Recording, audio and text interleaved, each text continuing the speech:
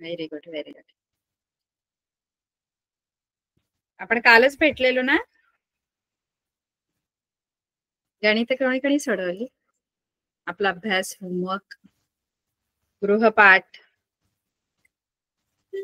केला का? कोणी कोणी केला? हात वर करा.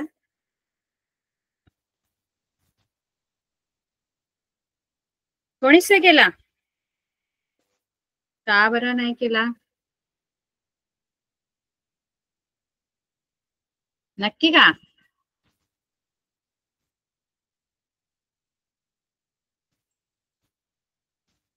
केला ना सगळ्यांनी? कालचा अभ्यास आपण बघा, ग्रामर्स पद्धत शिकलो ना काल. ग्रामर्स पद्धतीने आपण एक समीकरण सोडवली. आठवतंय?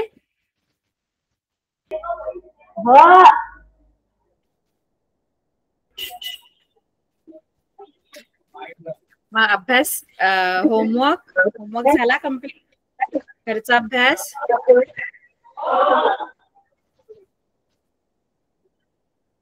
अरे वा, छान छान, मस्त.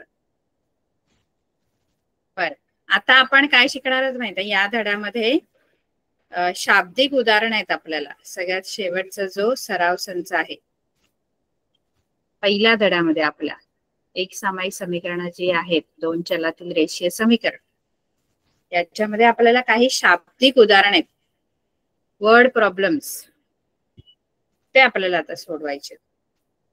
आता वर्ड प्रॉब्लेम मध्ये काय असतं माहितीये का? बाकीचे जे आपल्याला सराव संच होते त्याच्यामध्ये आपल्याला समीकरण दिलेली होती, आपल्याला फक्त ती सोडवायची होती कोणत्याही पद्धतीने. जी तुम्हाला पद्धत सांगितली असेल ती पद्धत वापरायची आणि समीकरण दिलेली असणार आणि ती सोडवायची होती. म्हणजे चलाच्या किमती काढायच्या होत्या, उकल काढायची होती, समीकरणांची उकल म्हणजे चलाच्या किमती काढायच्या होत्या.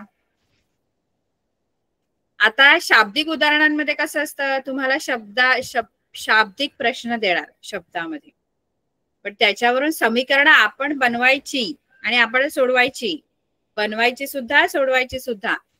अजूनपर्यंत आपल्याला समीकरण देत होते, देणार ते, आणि आपल्याला फक्त सोडवायची असतात. आता आपल्याला समीकरण बनवायची पण, तयार पण करायची आणि प्लस सोडवायची पण असतात. अशा दोन गोष्टी असतात. म्हणजे शाब्दिक उदाहरणं जेव्हा येतात तेव्हा त्यांना जास्त मार्क असतात. आपल्याला जास्त मार्काला येतात शाब्दिक उदाहरणं नेहमी. कळलं का? असतात सोपी, फक्त आपल्याला ती समीकरणं तयार करायची असतात, समीकरण बनवायची, ते काम असतं आपल्याला. ते बनवताना आपण ते समीकरण व्यवस्थित, आपल्याला जे दिलेलं उदाहरण आहे ते व्यवस्थित वाचायचं. कसं असतं, एक सामायिक समीकरण आहेत की नाही मुलांनो? एक सामायिक समीकरण म्हणजे काय? तर दोन समीकरण असतात बघा. आपण क्रॅमर्स रूलने पण काल गणित सोडवली, त्याच्यात आपल्याकडे दोन समीकरण असतात. मग आपल्याला अशी दोन समीकरण तयार करायची आणि मग सोडवायची आहेत. दोन समीकरण तयार कशी करायची? तर तुम्हाला जे दिलेलं उदाहरण असणार त्याच्यामध्ये दोन अटी असणार आणि त्या अटींवरून आपण दोन समीकरण तयार करायची. कोणत्या दोन अटी, कशा असतात ते आपण बघू. आपल्याला उदाहरण वाचल्यावर कळेल की त्या दोन अटी कशा आहेत आणि मग आपण कशी समीकरण तयार करायची आणि सोडवायची कशी. सोडवायची तर आपल्याला माहित आहे, क्रॅमर्स पद्धत वापरली तरी सुद्धा चालेल, कोणत्याही पद्धतीने तुम्ही सोडवू शकता. मग आपल्याला आधी पूर्ण समीकरण व्यवस्थित, पूर्ण उदाहरण व्यवस्थित वाचायचं, त्याच्यामध्ये कोणत्या अटी आहेत, काय विचारलेलं आहे ते बघायचं आणि मग त्याची समीकरण तयार करायची आणि ती सोडवायची. काय दिले बघा? पहिलं दोन, आपण डायरेक्ट सराव संच 1.5 वर जाणार आहोत. दोन संख्यांमधील फरक 3 असून, म्हणजे दोन संख्या आहेत. आता कोणत्या संख्या त्या नाही माहिती आहेत तुम्हाला, कोणत्या तरी दोन संख्या आहेत, त्यांच्यामधला फरक, फरक असतो की नाही? फरक म्हणजे आता वजाबाकी. फरक बोललं तर वजाबाकी असते, डिफरन्स. म्हणजे जसं आता आपण आणि आपला मोठ्या भावामध्ये 3 वर्षाचा फरक असेल, फरक बोलतो ना आपण, म्हणजे आपण लहान असू तो मोठा असेल, पण 3 वर्षाचा फरक आहे, तर आपलं वय जे असेल त्याच्यापेक्षा तो 3 वर्षाने मोठा असणार. म्हणजे आता समजा तुमचं वय 14 असेल तर तो 17 वर्षाचा असणार, असं फरक. दोन संख्या माहित नाही कोणत्या आहेत, पण त्यांच्यातला फरक 3चा आहे. फरक म्हणजे वजाबाकी. आणि दुसरा फरक 3 असून मोठ्या संख्येची तिप्पट आणि लहान संख्येची दुप्पट. मोठ्या संख्येची तिप्पट आणि लहान संख्येची दुप्पट. आता तिप्पट दुप्पट म्हणजे काय? तिप्पट म्हणजे 3 पटीने, 3 ने गुणायचं. तिप्पट म्हटलं की गुणाकार असतो. 3 पट बोललं तर 3 ने गुणायचं, दुप्पट बोललं तर 2 ने गुणायचं, 4 पट म्हटलं तर 4 ने गुणायचं. पट म्हटलं की गुणाकार असतो. मग मोठ्या संख्येची तिप्पट आणि लहान संख्येची दुप्पट यांची बेरीज 19 आहे. तर त्या संख्या शोधा. मग त्या दोन संख्या कोणत्या आहेत? बघा, दोन संख्या दिलेल्या नाही, दोन संख्यांच्या बाबतीत माहिती दिलेली आहे की त्या ज्या दोन संख्या आहेत त्या दोन संख्यांमधला फरक 3चा आहे. ही पहिली अट आहे. 2 अटी असणार आपल्याला. मी काय सांगितलेलं, हे बघा, जे उदाहरण असतं की नाही त्या उदाहरणामध्ये 2 गोष्टी शोधायच्या असतात. जसं 2 चल असतात ना, एक्स वाय. मग एक्स वाय, एक्स आणि वाय म्हणजे 2 गोष्टी असणार ज्या आपल्याला शोधायला सांगणार. आणि दुसरी गोष्ट 2 अटी असणार, त्याच्यावरून 2 समीकरणं बनवायची. आता तुम्हाला 2 गोष्टी कोणत्या शोधायच्या आहेत? त्या संख्या शोधायच्या आहेत. 2 संख्या शोधायच्या. मग त्याच्यातली एक संख्या एक्स घ्यायची, दुसरी वाय घ्यायची, असं. आता एक्स म्हणजे एक मोठी असणार, एक लहान असणार, बरोबर ना? आता 2 संख्यांमध्ये काहीतरी फरक आहे म्हटल्यानंतर एक मोठी एक लहान आहे. मग आपण काय करायचं की एक मोठी संख्या जी आहे की नाही, बघा हे सोपं आहे, फक्त व्यवस्थित लक्ष देऊन ऐकलं तर खूप सोपं आहे. उदाहरणं सोपी सोपी तरी आपल्याला शाब्दिक उदाहरणं सोडवता आली पाहिजे. परीक्षेमध्ये आलं तर सोपं असेल तर काय आपण सोडवू शकतो ना, सोपं आहे तर सोडवता येतं. आता इथे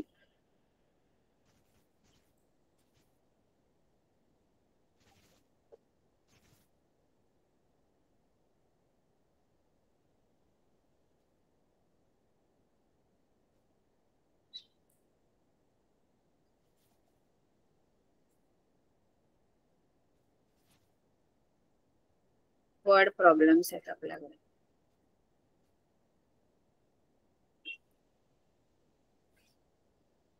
सॉरी मराठी मीडियम ना आपली. हे आपली शाब्दिक उदाहरणं आहेत एक सामायिक समीकरणांवर. शाब्दिक उदाहरण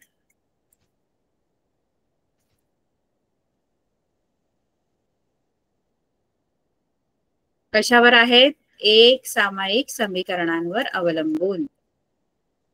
आता आपल्याला पहिलं गणित जे आहे त्याच्यामध्ये काय दिलंय की 2 संख्यांमधील फरक 3चा आहे आणि मोठ्या संख्येची तिप्पट आणि लहान संख्येची दुप्पट यांची बेरीज 19 आहे. तर त्या संख्या शोधा. त्या संख्या शोधा. त्या संख्या म्हणजे त्या संख्या 2 संख्या आहेत. आपण काय करायचं त्याच्यामध्ये की मोठी संख्या जी आहे ना त्या 2 संख्यांमध्ये त्यातली मोठी संख्या जी आहे ती एक्स मानू. मोठी संख्या एक्स मानू आणि लहान संख्या जी आहे, 2 संख्या आहेत की नाही, 2 संख्या शोधायच्यात आपल्याला. म्हणजे शोधायच्या आहेत त्या आपण चल घ्यायच्या. लहान कुठल्या आहेत त्या माहित नाही ना मला, दोन्ही संख्या नाही माहिती. मग एका मोठ्या संख्येसाठी एक्स मानू आणि लहान संख्येसाठी वाय मानू. समजतंय का हे मी काय बोलते?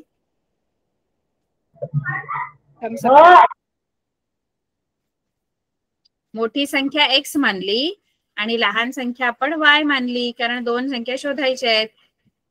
आता एक्स आणि वाय आपण चल घेतल्यानंतर आता आपल्याला 2 अटी दिल्यात. त्या 2 अटींवरून 2 समीकरणं तयार करायची. पहिली अट काय दिलीये? पहिली अट जी दिलीये की त्या दोघांमधील फरक, 2 संख्यांमधील फरक 3चा आहे. या 2 संख्यांमध्ये जो फरक आहे तो 3चा आहे. आता फरक म्हणजे वजाबाकी. जसं आता तुम्ही समजा 14 वर्षाचे आहेत आणि तुमचा मोठा भाऊ, याच्यामध्ये जर 3 वर्षाचा फरक आहे, याचा अर्थ तो जर मोठा आहे तर त्याचं वय 17 असणार. मग फरक म्हणजे 17 वजा 14 3 असणार ना, दोघांच्या वयातील फरक. तसं या संख्यांमधील फरक, एक संख्या एक्स आहे मोठी आणि दुसरी लहान वाय आहे. मग मोठ्या संख्येमधून लहान संख्या वजा केली तर 3 उत्तर येणार, कारण त्यांच्यातला फरक 3चा आहे. फरक म्हणजे वजाबाकी लक्षात ठेवायचं. पहिलं समीकरण मिळालं आपल्याला बघा, हे सोपं समीकरण मिळालं. एक्स वजा वाय बरोबर 3. हे आपलं पहिलं समीकरण आहे, पहिल्या अटीनुसार आपल्याला मिळालेलं आहे. बरं, पहिलं समीकरण मिळालं. पहिली अट काय होती की त्या दोन संख्यांमधील फरक 3चा आहे. मग फरक मग एक संख्या एक्स आहे, दुसरी वाय आहे, मग त्याच्यामधला फरक 3चा, एक्स वजा वाय बरोबर 3. बर, आता दुसरी अट काय दिली आहे बरं आपल्याला? दुसरी अट अशी दिली आहे की मोठ्या संख्येची तिप्पट आणि लहान संख्येची दुप्पट यांची बेरीज 19 आहे. बेरीज कोणाची बेरीज? तर मोठ्या संख्येची तिप्पट. मोठ्या संख्येची आणि लहान संख्येची नाही बेरीज दिली, मोठ्या संख्येची तिप्पट आणि लहान संख्येची दुप्पट यांची बेरीज. आता मोठ्या संख्येची तिप्पट म्हणजे काय? बघा, मोठी संख्या आपली काय आहे? मोठी संख्या काय म्हणली आपण? मोठी संख्या काय आहे आपली? एक्स आहे. मोठी संख्या एक्स आहे. मग मोठ्या संख्येची तिप्पट, एक्स जर आहे मोठी संख्या तर तिची तिप्पट म्हणजे 3 ने गुणायचं फक्त, 3x. मोठ्या संख्येची तिप्पट 3x आणि लहान संख्येची दुप्पट, आता लहान संख्या कोणती आहे? y, तिची दुप्पट म्हणजे 2 ने गुणायचं, 2y. यांची बेरीज 19 आहे. म्हणजे मोठ्या संख्येची तिप्पट आणि लहान संख्येची दुप्पट. मग दुसऱ्या अटीनुसार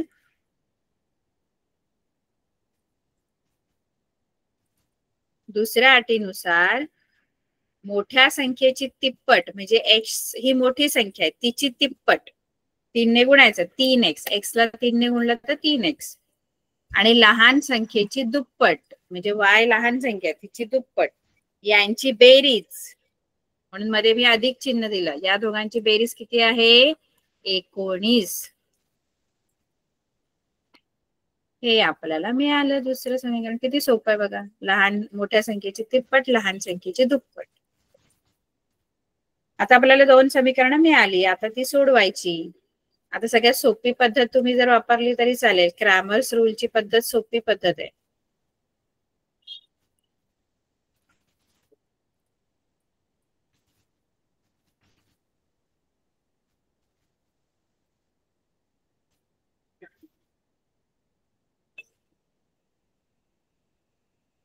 बघा, आपल्याला 2 समीकरण कुठले मिळाले?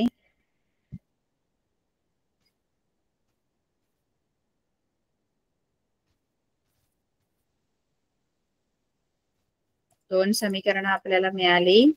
एक मिळालं आपल्याला एक्स वजा वाय बरोबर 3 आणि दुसरं मिळालं 3x अधिक 2y बरोबर 19. आता हे क्रॅमर्स पद्धतीने आपण सोडवू शकतो. कालच आपण क्रॅमर्स पद्धत शिकलोय है ना. आधी आपली समीकरण या स्वरूपात आहेत का बघायची. ax अधिक by बरोबर c आहेत का या स्वरूपात? दोन्ही समीकरण, 2 समीकरण आपण तयार केली. ही 2 संख्यांमधील फरक 3 आणि पहिल्या मोठ्या संख्येची तिप्पट आणि लहान संख्येची दुप्पट यांची बेरीज 19 आहे. या 2 अटींवरून 2 समीकरण तयार केली. मग आता ही सोडवायची आहेत ना, एक्स आणि वायच्या किमती काढायच्या आहेत. मग आपण कुठली पद्धत वापरूया? क्रॅमर्स रूल वापरलं तरी चालेल. क्रॅमर्स पद्धत काल आपण शिकलो ती. आणि ही आपल्याला एक्स आणि वायच्या किमती काढायच्या आहेत, चलाच्या किमती. हे आपल्या या स्वरूपात आहे का? ax अधिक by बरोबर c ही दोन्ही समीकरण आहेत का या स्वरूपात? हो की नाही? आपल्याला हव्या त्या स्वरूपात आहेत का दोन्ही समीकरण? येस और नो? पहिलं समीकरण आहे का आपल्या स्वरूपात? आपल्याला जसं हवंय तसं एक्स आणि वाय ची पद डावीकडे आणि स्थिर संख्या उजवीकडे आहे का पहिल्या समीकरणामध्ये? एक्स आणि वायचं पद बरोबर चिन्हाच्या डावीकडे आहेत का दोन्ही पद एक्स आणि वाय ची? आहेत बघा ना, दोन्ही पद डावीकडेच आहेत एक्स आणि वाय ची, बरोबर चिन्हाची डावी बाजू आणि उजवीकडे स्थिर संख्या. तसंच आहे ना हे पण, आपलं जे स्टँडर्ड फॉर्म आहे, प्रमाण रूप आहे समीकरणाचं, ते पण तसंच आहे. आणि दुसरं पण आहे आपलं स्टँडर्ड, ह्याच स्वरूपात आहे बघा. एक्स आणि वाय ची पद डावीकडे आहेत, बरोबर चिन्हाच्या डावीकडे आणि स्थिर संख्या उजवीकडे आहे. अरे आहे की नाही, एक्स अधिक बी वाय बरोबर सी या स्वरूपात आपण कालच शिकलो, हो की नाही? आता काल आपण डी डीएक्स आणि डीवाय काढले. नंबर तुम्हाला लक्षात ठेवायला सांगितलेले, डी डीएक्स आणि डीवाय चे. काय लक्षात ठेवले तुम्ही नंबर? सांगा बघू मला. डी साठी कुठला नंबर? डी साठी कोणता नंबर?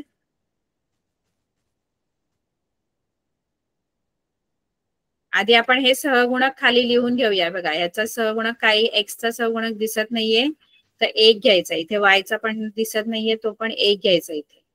मग तुमच्या सहगुणकांच्या आपण अशा तीन रांगा केलेल्या. म्हणजे आता ही 1 आणि 3 हे सहगुणकांची एक रांग होते. दुसरी रांग ह्या सहगुणकाची होते वायच्या. जो ऋण 1 आहे तो ऋण घ्यायचा, चिन्ह घ्यायचं, ऋण 1 आणि 2. 1 3 ऋण 1 2 आणि 3 19 अशा तीन रांगा बनते.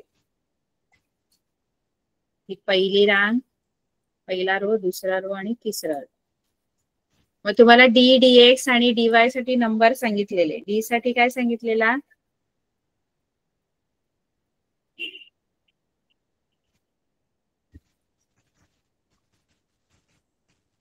कालच आपण शिकलो ना मुलांना. डी साठी कोणता क्रमांक सांगितलेला? डी साठी, डीएक्स साठी आणि डीवाय साठी काहीतरी क्रमांक सांगितलेले. विसरले का? कोण सांगेल? डी साठी किती आहे?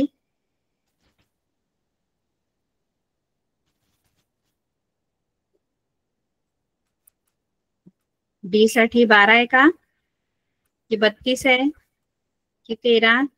पहिलं दुसरं 12 32 की 13? डी साठी काय? पहिलं 12, दुसरं 32, तिसरं 13. काय आहे? पहिलं आहे, दुसरं आहे, तिसरं आहे. डी डी डी साठी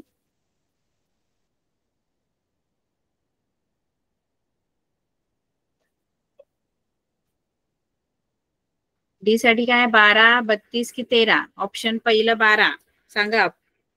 तुम्ही खुणेने सांगू शकता उत्तर मला. 12 साठी 1, 32 साठी 2. ते मोबाईलवर कसं असतं, याच्यासाठी 1 सांगा, त्याच्यासाठी 2 सांगा, तसं सांगा. 12 साठी 1 ऑप्शन आहे, 32 साठी 2 आहे, 13 साठी 3 आहे. डी डी कसं शोधणार? डी साठी कोणता क्रमांक आहे?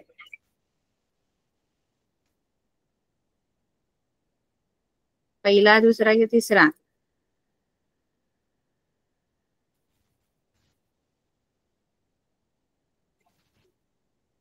डी साठी पहिला क्रमांक आहे. 12 12 लक्षात ठेवायचं. डी 12, डीएक्स 32 आणि डीवाय 13. 12 32 13 असं लक्ष ठेवा. मग डी आपण काढायचा आधी. डी सहगुणक घ्यायचे असतात. एक्स आणि वाय, एक्स आणि वजा वायचे सहगुणक मगाशी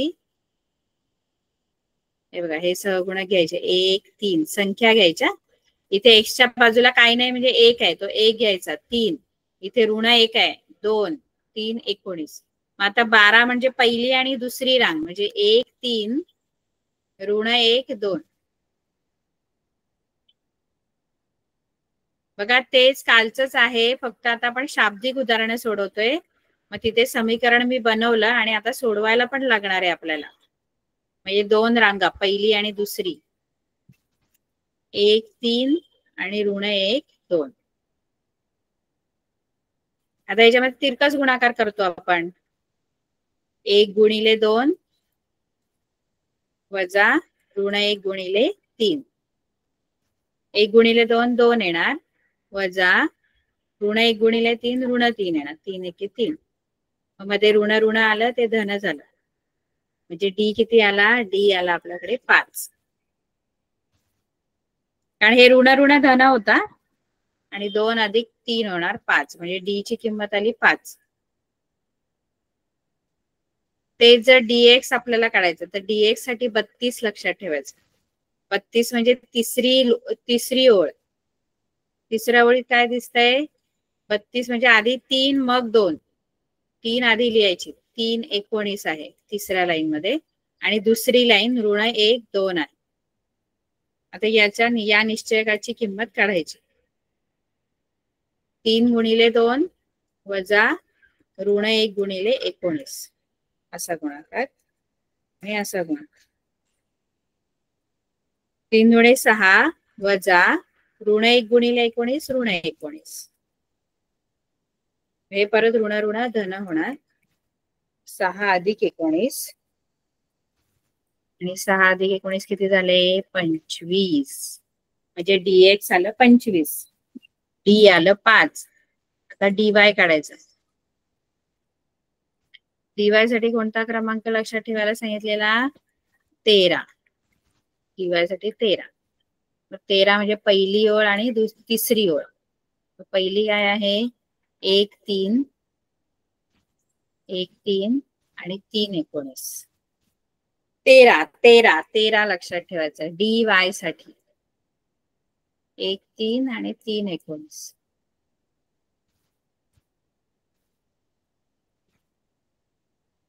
तिरकस गुणाकार. 1 गुणिले 19 वजा 3 गुणिले 3.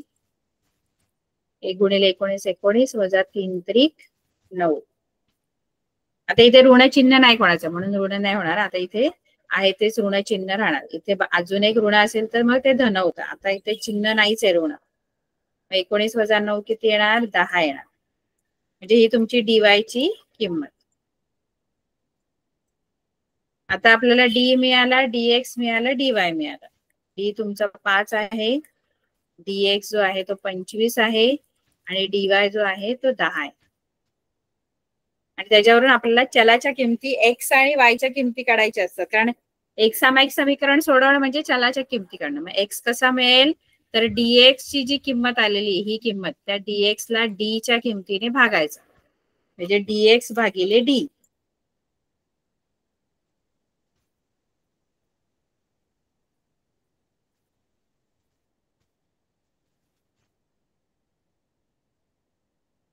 डीएक्स 25 भागिले 5.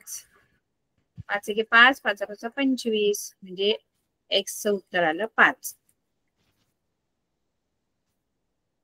आणि वाय कसा मिळेल? डीवाय भागिले डी. वाय साठी डीवाय भागिले डी म्हणजे 10 भागिले 5. 5 1 5 5 2 10 म्हणजे 2. वाय बरोबर 2. म्हणजे एक्स 5 आलं, वाय 2 आलं. म्हणजे तुमची जी मोठी संख्या आहे ती 5. आपलं एक्स आणि वाय काय होतं? आपण बघा, आपण गणित सुरू केलं इथून.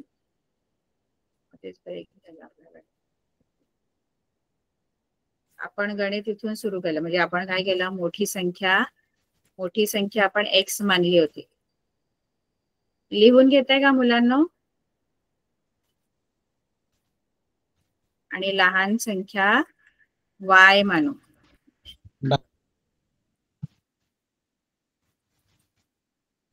आणि हे पहिल्या अटीनुसार हे समीकरण मिळालं तुम्हाला की दोघांचा फरक हा 3चा आहे म्हणून एक्स वजा वाय. हे मी 1 1 का लिहिले? कारण आपल्याला सहगुणक पाहिजे म्हणून. नाहीतर नुसतं एक्स वजा वाय लिहिलं तरी चालेल, पण सहगुणक कळलं तर इथे 1 1 असतो सहगुणक. आणि हे दुसऱ्या अटीनुसार 2 अटी आहेत त्यानुसार 2 समीकरण तयार केली आणि मग ती क्रॅमर्स पद्धतीने सोडवली. हे कळलंय का मुलांना काय केलं आपण? दोन अटी होत्या आपल्याकडे. उदाहरणामध्ये दोन अटी दिल्या होत्या. त्या अटी काय होत्या की दोघांमधील फरक 3च आहे. म्हणून मी असं लिहिलं x वजा y बरोबर 3. हे एक एक मी सहगुणक कळायला पाहिजे म्हणून सहगुणक इथे दिला नाही म्हणजे एक असतो, नेहमी लक्षात ठेवायचं. आणि क्रॅमर्स रूल मध्ये आपण सहगुणकच घेतो, फक्त चल नाही घेत.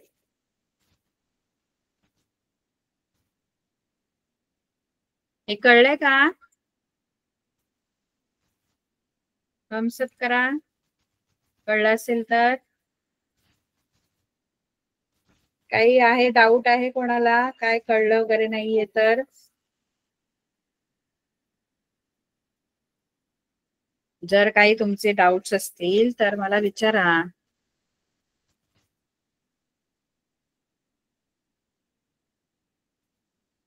लिहून घेणार असाल तर लिहून घ्या. इथून सुरुवात आहे आपल्या गणिताची. पहिलं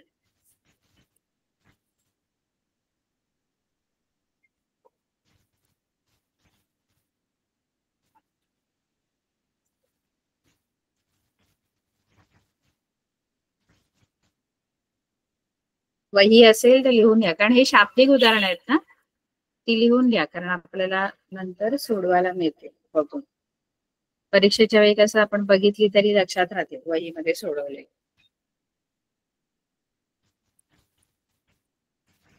आणि मग क्रॅमर्स पद्धत वापरली आणि आपण गणित सोडवलं.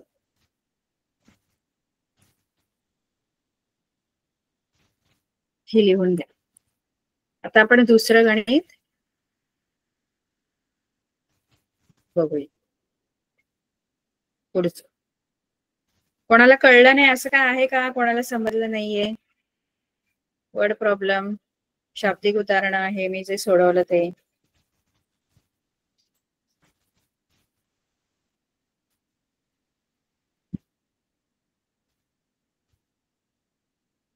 ठीक आहे. आता आपण दुसरं गणित. आता दुसऱ्या गणितात काय दिले बघा हा आपल्याला.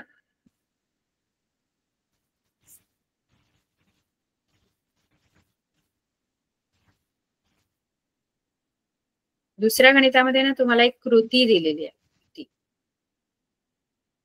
कृतीमध्ये काय दिलंय? एक आकृती दिलेली आहे. कृती पूर्ण करा असा प्रश्न आहे. कृती पूर्ण करा. मग कृतीमध्ये एक आकृती दिली आहे, त्याच्या आतमध्ये लिहिलंय की मी आयत आहे, म्हणजे हा आयत आहे. आणि आयताच्या चारी बाजू तुम्हाला दिलेल्या आहेत. 1 2 3 4 चारी बाजू दिल्या आहेत, पण ते चलाच्या ह्याच्यात दिलेले आहेत. चला म्हणजे असं किंमत अशी खरी किंमत नाही दिली, चलाच्या स्वरूपात दिलेला आहे. म्हणजे आता ही बाजू जी आहे, पण समजा नाव दिलं ABCD, तर AB जी बाजू आहे ती AB बाजू किती दिले? 4x वजा y अशी दिलेली. बाजूंच्या लांबी दिल्यात वेगवेगळ्या चलाच्या मध्ये, चलाच्या फॉर्म मध्ये, चलाच्या स्वरूपात. इथे 4x वजा y आहे. AB जी दिली आहे ती 4x वजा y आहे. AB बरोबर 4x वजा y. BC x अधिक 4. CD 2x अधिक y अधिक 8. आणि AD दिलेली आहे 2y. आणि याच्यावरून तुम्हाला काय कृतीमध्ये काय सांगितलंय? x आणि y च्या किमती काढा. x आणि y च्या किमती काढायला सांगितलं. म्हणजे चलाच्या किमती काढायच्या. आणि चलाच्या किमती झाल्या की माझे क्षेत्रफळ आणि परिमिती काढा. माझे म्हणजे कोणाचे? त्याचं, तो जो सांगतोय आयत, तो बोलतो ना मी आयत आहे, तर त्याचं क्षेत्रफळ आणि परिमिती आपल्याला काढायची आहे आयताची. पण आयताचं क्षेत्रफळ आणि परिमिती काढायला आधी आयताच्या बाजू आपल्याला माहित पाहिजेत, तर मला त्याचं क्षेत्रफळ आणि परिमिती काढता येते. बाजू दिल्यात, पण बाजू चलाच्या स्वरूपात दिल्यात. चलाच्या स्वरूपात उपयोगाच्या नाही, मला x आणि y च्या किमती आधी काढाव्या लागतील, मग मला त्या बाजू मिळते. कारण बाजू ज्या आहेत त्या x आणि y च्या स्वरूपात आहेत. बघा इथे आपण एक आयताचा गुणधर्म वापरणार आहोत. आपण 9वी मध्ये, 8वी 9वी मध्ये सगळ्या प्रकारच्या चौकोनांचे गुणधर्म शिकलेलो. 8वी मध्ये सापडलं होतं. आपल्याला एक आयत दिलाय त्यांनी, आयत आपल्याला दिलेला आहे.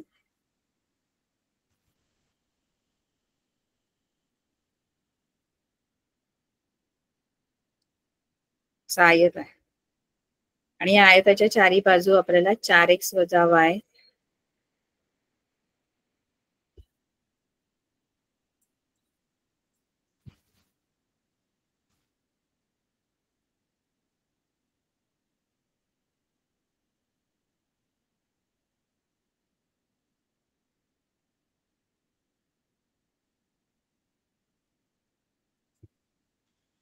अशा 4 बाजू आयताच्या दिलेल्या आहेत आपण. ठीक आहे, आयताच्या 4 बाजू दिलेल्या आहेत. आता आयताच्या 4 बाजू दिल्या आहेत, पण आयताचा एक गुणधर्म आहे बघा. याच्यावरून आपल्याला समीकरण बनवायची आहेत. हे जी माहिती दिली आहे त्याच्यावरून मला समीकरण बनवायची आहेत आणि ती बनवून मला सोडवायची पण आहेत. मग समीकरण बनवण्यासाठी काय करायचं, काहीतरी वापरावं लागेल मला. अटी तर काय दिल्या नाहीये. जसं पहिल्या गणितामध्ये आपल्याकडे 2 अटी होत्या की त्या 2 संख्यांमधील फरक कितीचा आहे, 3चा आहे. आणि दुसरी अट काय होती की मोठ्या संख्येची तिप्पट आणि लहान संख्येची दुप्पट यांची बेरीज 19 आहे, ही दुसरी अट होती. आता 2 अटी होत्या, त्याच्यावरून 2 समीकरणं बनवली. आता अट वगैरे काय नाही दिले, नुसता एक आयत दिलेला आहे आणि आपल्याला सांगितले की x आणि y च्या किमती काढा आणि त्याच्यावरून परिमिती आणि क्षेत्रफळ काढा. आता आपल्याला अटी नाही दिल्यात, मग काय करायचं? आपण काय करू शकतो, तर आयत आहे म्हटल्यानंतर आपण आयताचे गुणधर्म वापरू शकतो आणि ते वापरून आपण समीकरण तयार करायची. आता आयताचा गुणधर्म काय आहे, तर आयताचा सगळ्यात पहिला गुणधर्म तुम्ही सांगू शकता की आयताच्या समोरासमोरील बाजू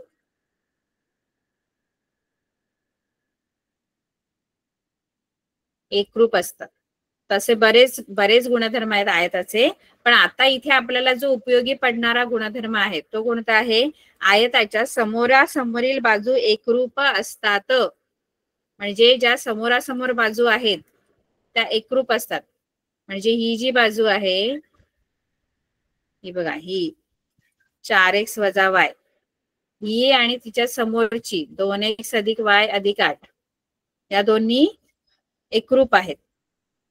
आणि दुसऱ्या कोणत्या समोरासमोरील आहेत, ही 2y आणि ही x अधिक 4, या पण एकरूप आहेत. म्हणजे 2 जोड्या इथे एकरूप मिळणार. त्या 2 जोड्यांवरूनच आपल्याला 2 समीकरण तयार करायची आहेत. 2 जोड्या कोणत्या, एक 4x आणि y वजा y ची, 4x वजा y.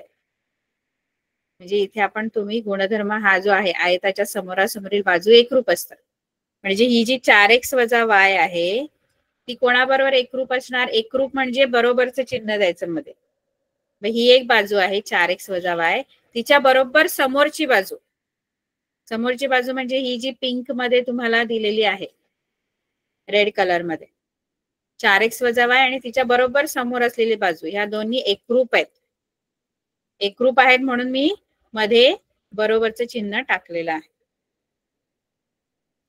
त्या गुणधर्माचा वापर करायचा आहे. आयताच्या समोरासमोरील बाजू एकरूप असतात म्हणून मी समोरासमोरील बाजू घेतला, एक 4x वजा y आणि त्याच्या बरोबर समोर 4x वजा y च्या बरोबर समोर कोणती येते, 2x अधिक y अधिक 8. मग त्या एकरूप आहेत. एकरूप म्हणून मी बरोबरचे चिन्ह दिलं दोन बाजूंच्या मध्ये. दोन बाजू, ही एक बाजू 4x वजा y आणि ही दुसरी बाजू, या एकरूप आहेत म्हणून बरोबरचे चिन्ह मध्ये. आता हे ना, हे सोडवायला लागेल आपल्याला. सोडवायला लागेल म्हणजे काय करायचं, आपल्या स्वरूपात आणायचं समीकरण. आपलं स्वरूप काय आहे, एकसमाई समीकरणासाठी आपल्याला अशा प्रकारचं समीकरण लागतं. ax अधिक by बरोबर c. म्हणजे x आणि y ची पद डावीकडे आणि स्थिर संख्या उजवीकडे. आता इथे x आणि y चं पद इथे आहे डावीकडे, पण बरोबर चिन्ह जे तुम्हाला दिसतंय, या बरोबर चिन्हाच्या उजवीकडे पण x आणि y आहे आणि एक स्थिर संख्या आहे 8. आता स्थिर संख्या जी आहे ती उजवीकडेच असते, ती इथं बरोबर आहे. 8 बरोबर उजवीकडे. इथे चुकीच्या जागेवर कोण आहे, कोण बरोबर नाहीये जागेवर, कोणी सांगू शकेल का? मला हवं तसं एक्स आणि वाय ची पद डावीकडे आणि स्थिर संख्या उजवीकडे करायची आहे. तर इथे कोणाची जागा मला बदलावी लागेल? कोण आपल्या जागेवर नाहीये बरोबर?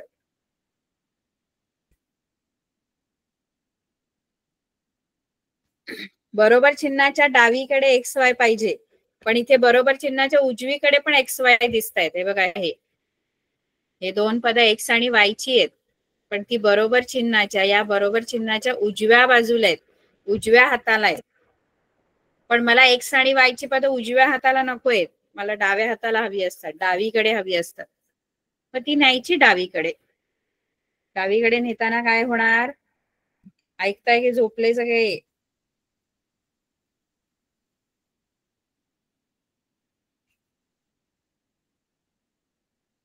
डावीकडे नेताना जर तो अधिक असेल तर वजा होणार डावीकडे नेल्यावर, कारण एक्स आणि वाय मला डावीकडे नकोय, सॉरी उजवीकडे नकोय, तो डावीकडे म्हणून.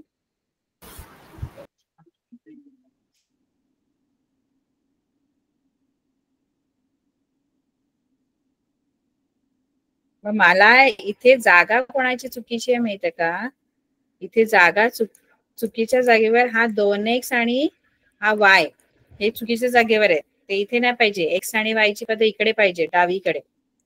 इकडे 4x वजा y बरोबर आहेत इथे डावीकडे, आणि हे जे दोन आहेत ना एक्स आणि वाय ची पद, ती मी डावीकडे आणते. पण ती इकडे येताना वजा होणार, म्हणजे अधिक 2x आहेत इकडे आल्यावर वजा 2x, अधिक y इकडे आल्यावर वजा y. आणि उजवीकडे आता एकटा 8 राहिला, कारण मी हे दोन्ही पद उचलून इकडे आणली डावीकडे. त्यामुळे उजवीकडे आता फक्त 8 राहिलेला आहे.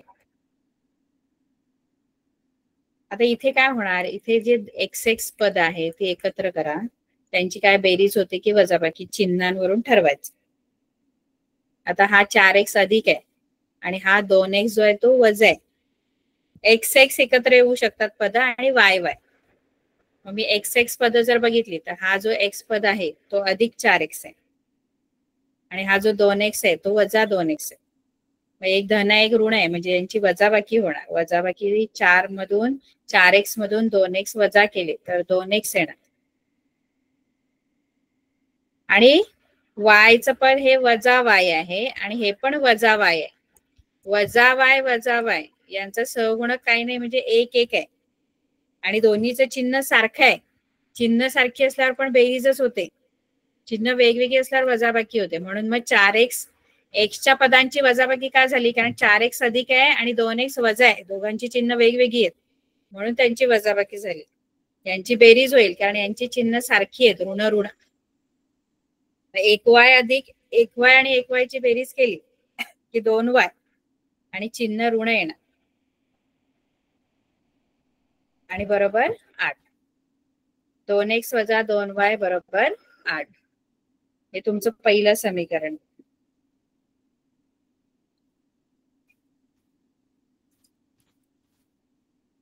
दोन समीकरण पाहिजेत ना आपल्याला, त्यातलं हे पहिलं समीकरण आपण कसं तयार केला? ज्या आयताच्या समोरासमोरील बाजू आहेत त्या एकरूप आहेत, मग त्या एकरूप घेतल्या. 4x वजा y बरोबर 2x अधिक y अधिक 8, आणि त्याच्यातले 2x आणि y मी डावीकडे आणले आणि उजवीकडे 8 ठेवलं, आणि मग ते थोडं मी सिम्प्लिफाय केलं. सेम गोष्ट आपण या समोरासमोरील बाजूंसाठी पण करू शकतो. त्या पण एकरूप असणार. समोरासमोरील बाजूंच्या जोड्या 2 असतात आयताला, एक अशी, अशा आणि एक अशा. मग अशा आपण घेतल्या, त्याच्यावरून एक समीकरण बनलं. आता दुसरं समीकरण या अशा समोरासमोरील बाजू घेऊन दुसरं समीकरण तयार करायचं. मग दुसरं काय आहे? x अधिक 4 आणि इकडे 2y आहे. मग x अधिक 4 बरोबर 2y. दोन्ही मध्ये बरोबरचे चिन्ह टाकायचं, कारण ते एकरूप आहेत म्हणून.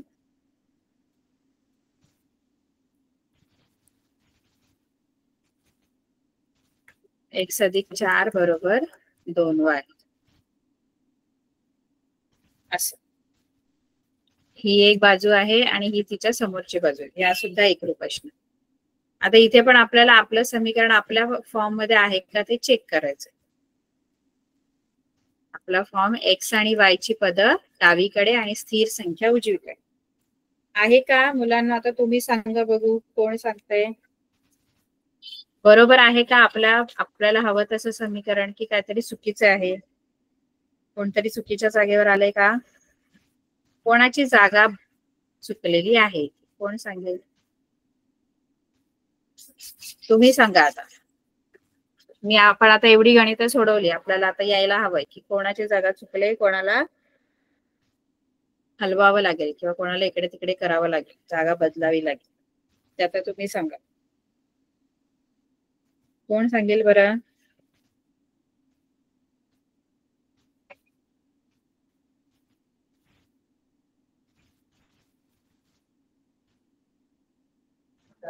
कोणीतरी सांगा.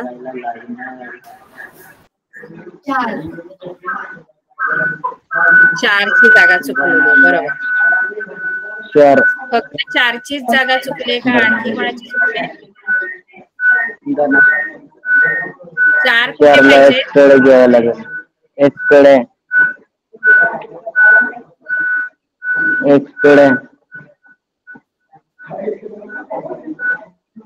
4 कुठे हवाय आपल्याला? डावीकडे हवाय की उजवीकडे?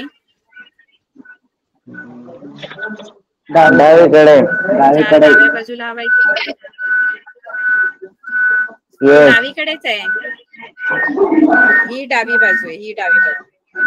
बरोबर चिन्हाच्या डावीकडेच येतो. आमच्याकडे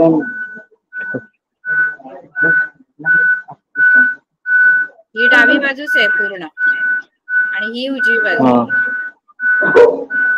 4 कुठे पाहिजे? डावीकडे उजवीकडे?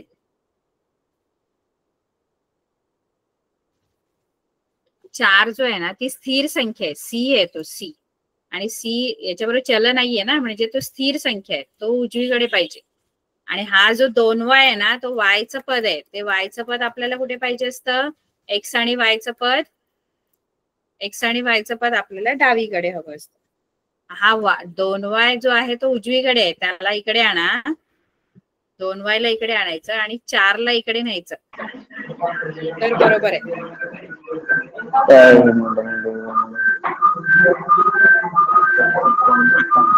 म्यूट करा, आवाज येतोय. मग इथे हा 2y जो आहे तो इकडे आल्यावर वजा होणार. आधी एक्स जो इथे ऑलरेडी आहे याची जागा नाही बदलायची मला, तो बरोबर जागेवर आहे, तर तो आधी लिहायचा. आणि नंतर वायचं पद इकडे आणायचं. वायचं पद इथे धन आहे, त्याला आपल्याला ऋण करायचे. 2y ऋण होणार कारण इकडे धन आहे, तो इकडून इकडे आला की तो ऋण होतो.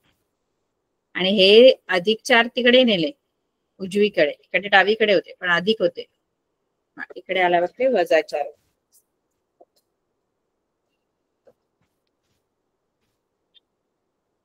आता आपलं हे समीकरण बरोबर आलेलं आहे. 1 2 3 एक्सचं पद, वायचं पद आणि इकडे उजवीकडे बरोबर चिन्हाच्या उजवीकडे स्थिर संख्या आली. आता मी क्रॅमर्स पद्धतीने हे सोडवू शकते. दोन्ही समीकरण एकाखाली एक लिहा. पहिलं समीकरण काय आलेलं आहे माझं? पहिलं समीकरण हे आहे बघा, 2x वजा 2y बरोबर 8. आणि दुसरं समीकरण हे आहे, हे तुमचं दुसरं समीकरण.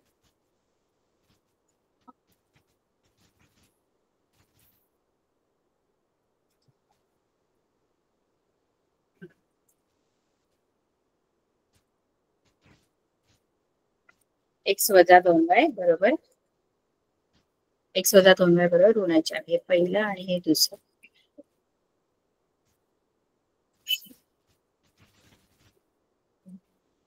आता याचे सहगुणक लिहून घ्यायचे आणि मग डी डीएक्स काढायचं. सहगुणक काय काय येणार बघा, ही लाईन पहिली लाईन, इथे काही नाहीये सहगुणक म्हणजे 1 घ्यायचा. 2 2 1 नंतर वायचे सहगुणक आणि मग हे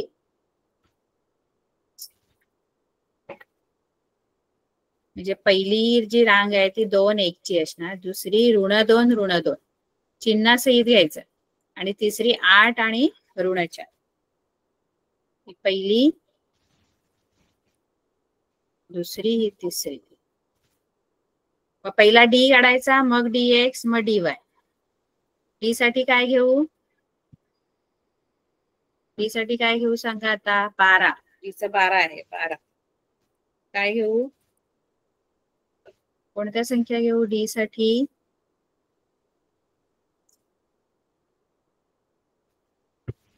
वया आहेत सगळ्यांकडे, जरा सोडवा बघू कशी सोडवणार.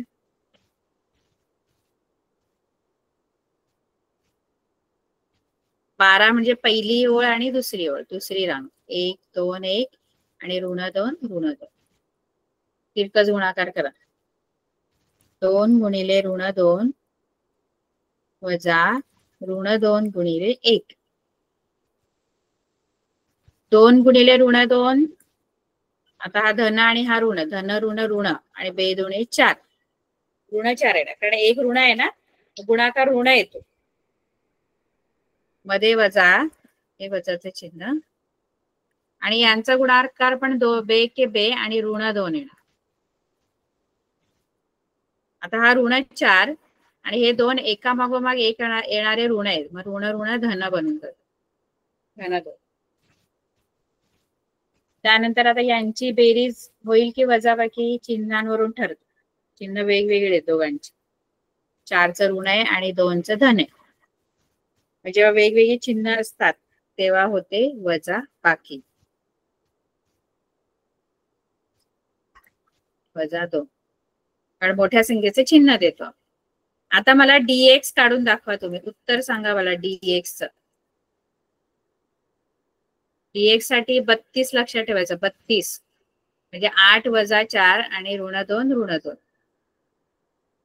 8 वजा 4 -2 -2 याची किंमत काढा dx. मला उत्तर सांगा सगळ्यांनी. वहीवर सोडवा बघू आणि मला सांगा dx किती येतो.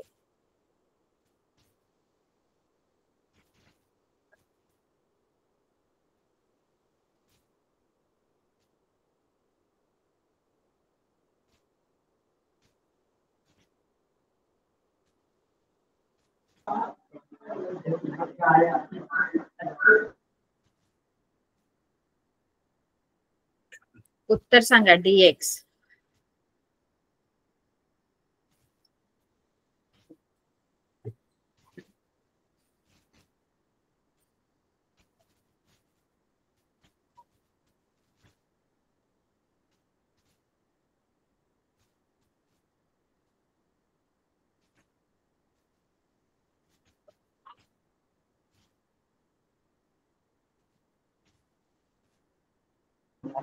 कोणती संख्येने गुणायचे?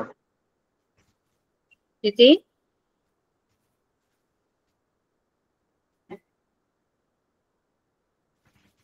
किती आला उत्तर?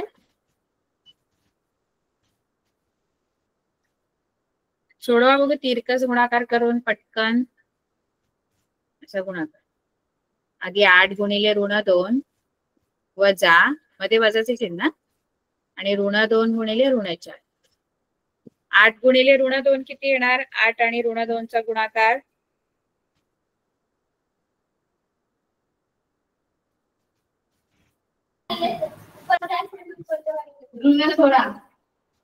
बरोबर, -16. त्यानंतर हे ऋण चिन्ह खाली लिहूया आणि या दोघांचा गुणाकार किती येतो? -2 आणि -4चा गुणाकार. आता दोन्ही ऋण आहेत. -2 -4, मग ऋण ऋण धन होणार आणि 2 चौक 8. म्हणजे नुसते 8 येणार. धन 8 म्हणजे धनचिन्ह नाही लिहित आपण, म्हणून धन. कारण 2 ऋण ऋण चिन्ह आहेत, ऋण ऋण धन होणार. इथे -16 आणि हे -8. आता यांची काय होईल? बेरीज होईल की वजाबाकी? -16 -8.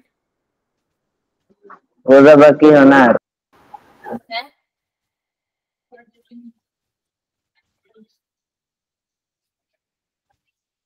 वजाबाकी केव्हा होते? आणि बेरीज केव्हा होते?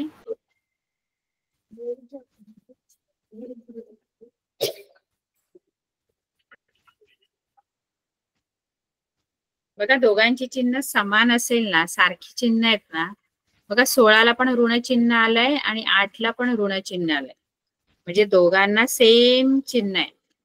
ऋण ऋण दोघही ऋण आहेत. दोघही ऋण जेव्हा असतील ना, म्हणजे सारखं चिन्ह आहे ना दोघांना पण सारखं चिन्ह जेव्हा असतं की नाही, तेव्हा त्यांची काय होते? बेरीज होते. समान चिन्ह असं बेरीज होते. पण ते जर वेगवेगळी चिन्ह असते, म्हणजे ऋण 16 आणि धन 8 असतं, ऋण 16 अधिक 8, तर याचे चिन्ह ऋण आहे आणि याचं धन आहे 8चं, म्हणजे वेगवेगळी चिन्ह आहेत. आणि वेगवेगळी चिन्ह असली ना की वजाबाकी करायची, सारखी चिन्ह असली ना की बेरीज करायची. समान चिन्ह असल्यावर बेरीज होते आणि वेगवेगळी चिन्ह असल्यावर वजाबाकी होते. आणि उत्तराला आपण मोठ्या संख्येचं चिन्ह देतो. जी पण मोठी संख्या असेल त्याचे चिन्ह देतो. ऋण 16 ऋण 8 बेरीज होणार 24 येणार आणि मोठ्या संख्येचं चिन्ह ऋण 24 dx.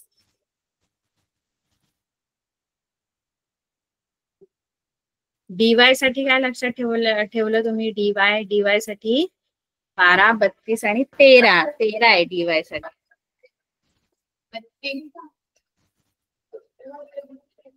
डीवाय 13 म्हणजे पहिली ओळ आणि तिसरी ओळ. पहिली कोणती ओळ बघूया आपण. पहिली जी आहे ती 2 1 आणि 8 ऋण 4.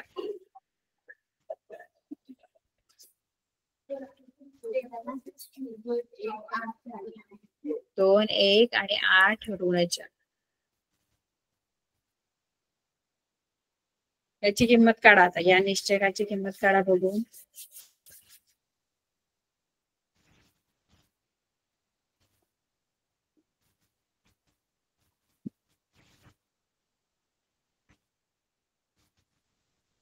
बघूया कोण बरोबर उत्तर सांगतोय. तिरकस गुणाकार. आता आपण एवढी गणिते सोडवली, आता आपल्याला पटापट करता आलं पाहिजे. गुणाकार करा. तिरकस मध्ये वजाबाकी. वजाबाकी म्हणजे वजाबाकी होते असं नाही, चिन्हांवरून ठरवायचं वजाबाकी होणार की बेरीज. समान चिन्ह असेल तर बेरीज, वेगवेगळी चिन्ह असेल तर वजाबाकी. गुणाकारामध्ये धन धन ऋण ऋण ऋण ऋण धन.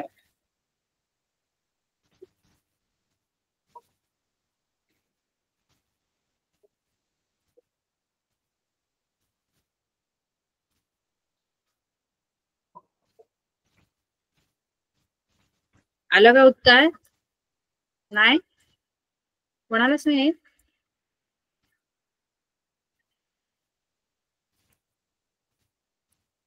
तिरकस गुणाकार 2 गुणिले ऋण 4 आणि 8 गुणिले 1. 2 गुणिले ऋण 4 किती येणार बरं?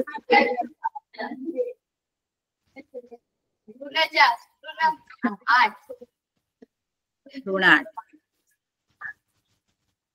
वजा, हे वजाचे चिन्ह आणि 8 एके 8, हे पण 8. या दोघांची चिन्ह समान आहेत की वेगवेगळी आहेत? चिन्ह समान आहेत की वेगवेगळी? मग बेरीज होणार की वजाबाकी? बेरीज 8 आणि 8 ची बेरीज किती येते? 16 ऋण 16 आणि मोठ्या ऋण 16. आता आपलं डीवाय ऋण 16 आलं. आपलं डी किती आलं होतं? डी बघा, डी आलेलं ऋण 2. डी ऋण 2 आहे. डी आहे आपला डी ऋण 2. डीएक्स जो आहे तो ऋण 24 आणि डीवाय जो आहे तो ऋण 16. त्याच्यावरून आपण एक्स आणि वाय काढू. डी जो आहे, आधी मी सगळे तिन्ही पण निश्चयकाच्या किमती लिहून घेतली. डी ऋण 2, डीएक्स आहे ते ऋण 24 आणि डीवाय जो आहे तो ऋण 16. मग एक्स जर पाहिजे तर एक्स म्हणजे डीएक्स भागिले डीएस. डीएक्स हा आहे ऋण 24 आणि डी हा आहे ऋण 2. ऋण ऋण चिन्ह निघून जातं. बे के बे, बे के बे, बे दुणे 4. म्हणजे एक्स जो आहे तो 12 आला आणि y जो आहे तो dy भागिले d. तर dy कुठे आहे? ऋण 16 भागिले ऋण 2 आणि बे के बे बे 8 16.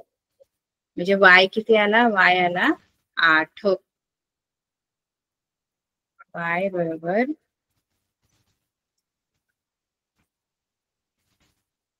y बरोबर 8. ठीक आहे. आता आपल्याला x मिळाला, y मिळाला. आपल्याला आता कृती पूर्ण करायची होती बघ. x आणि y ची किंमत काढायची होती. आपण x आणि y ची किंमत काढली. आता क्षेत्रफळ आणि परिमिती काढायची. ते आपण पुढच्या वेळेला बघू. एवढं कळलं सगळ्यांना? ही गणित आली पाहिजे. पुन्हा सोडवायची. पहिलं आणि जे मी दुसरं आता सोडवले गणित, ते दोन्ही गणित ही सराव संच 1.2 मधली पहिलं आणि दुसरं गणित पुन्हा सोडवायचं आहे. 1.5 मध्ये सराव संच 1.5 मध्ये पहिलं गणित आणि दुसरं गणित सोडवायचं. ठीक आहे. आपली वेळ संपले. Good bye. Take care. Bye. Bye. Camera काय